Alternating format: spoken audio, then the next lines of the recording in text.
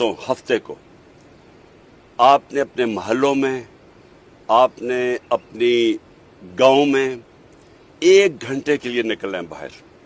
और मेरे पाकिस्तानियों गौर से सुन लो, 1 घंटे के लिए आपने निकलना है अपने चीफ जस्टिस के साथ इजहार यकजहती करने के लिए।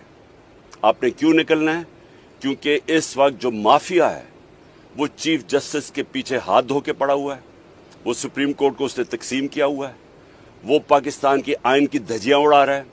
90 दिन के अंदर जो इलेक्शन होने थे, क्योंकि वो इलेक्शन से भाग रहे हैं, क्योंकि महंगाई और बेरोजगारी ने तबाही मचा दी है पाकिस्तान में, तो वो डरे हुए इलेक्शन से, उसकी वजह से वो पाकिस्तान के आइन के खिलाफ जा रहे हैं, वो पाकिस्तान के सुप्रीम कोर्ट और चीफ जस्टिस के खिलाफ जा रहे हैं।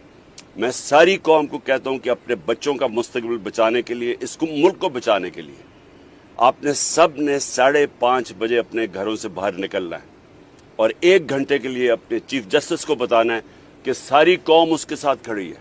और चौथी चीज, मैं फिर 4 रैलीज कर रहा हूं अपने चीफ जस्टिस और पाकिस्तान के आइन के लिए।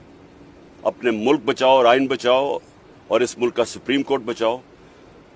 मैं फिर से लाहौर में रैली लीड करूंगा, इस्लामाबाद में रैली होगी, पिंडी में रैली होगी और पेशावर में रैली होगी।